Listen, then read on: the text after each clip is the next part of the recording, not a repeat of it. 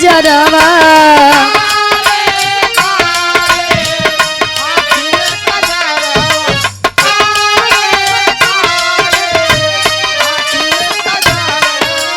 लाली बाली बिंदिया गजरवा लाली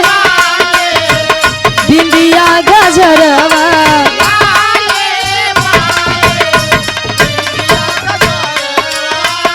नजर से बान मारेली करे जा जान मारेली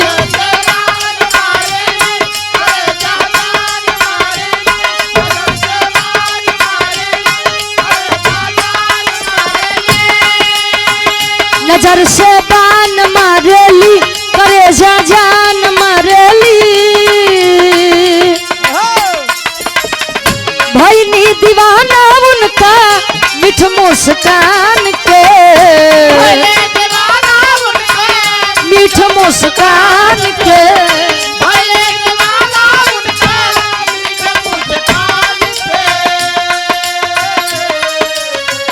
भईनी दीवाना उनका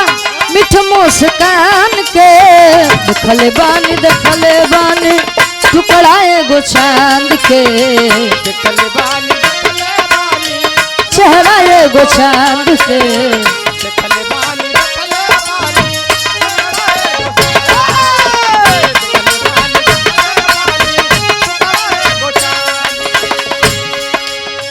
फिल्मी दुनिया वाले गीत गाया ये दुनिया वाले लगे मौका मिलेगा तो हम बता देंगे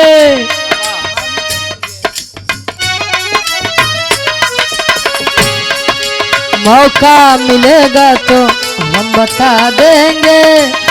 तुम्हें कितना प्यार करते हैं सनम मौका मिलेगा तो हम बता देंगे तुम्हें कितना प्यार करते हैं सनम मौका मिलेगा तो हम बता देंगे तुम्हें कितना प्यार करते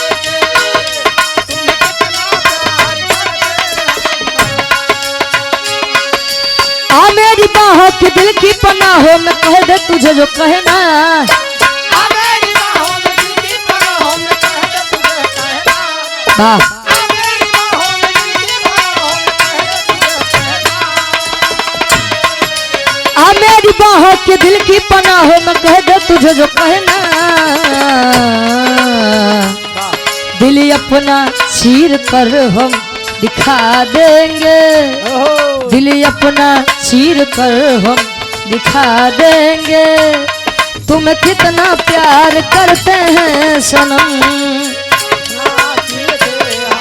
दिखा देंगे तुम्हें कितना प्यार करते हैं सनम दिल अपना चीर कर हम दिखा देंगे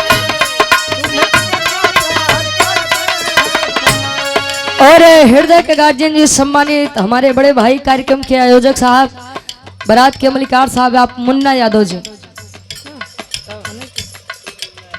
क्यों बच्चे अपनी कला में कामयाब रहे रामू भैया की लागत बजन तुझसे पूछूं एक सवाल बोल जरा क्या है तेरा हाल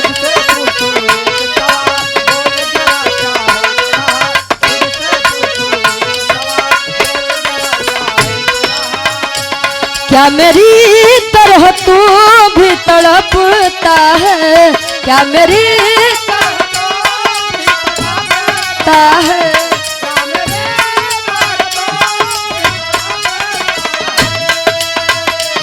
क्या मेरी तरह तू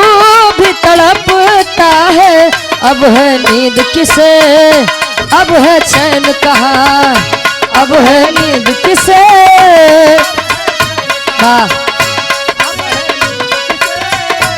अब है चैन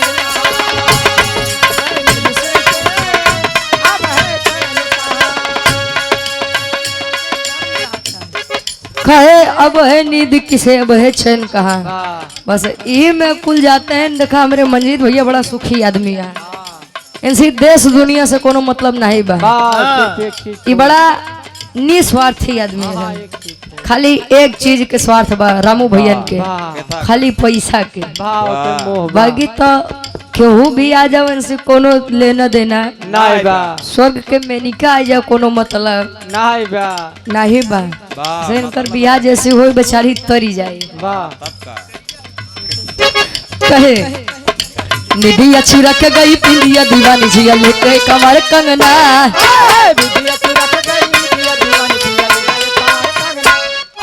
निधिया चुरा के डोली में बिठा के तुझे चुनरी ओढ़ा के मैं तो ले आऊंगा मेरे अंगना।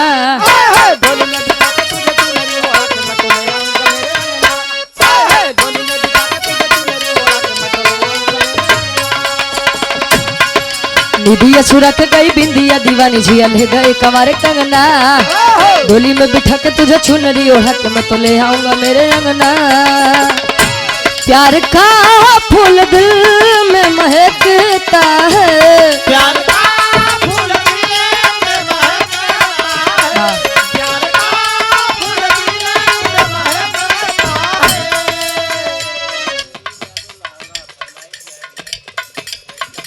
कहे प्यार का फूल दिल में महकता है, अब है नींद किसे अब है चैन कहाँ, अब है नींद किसे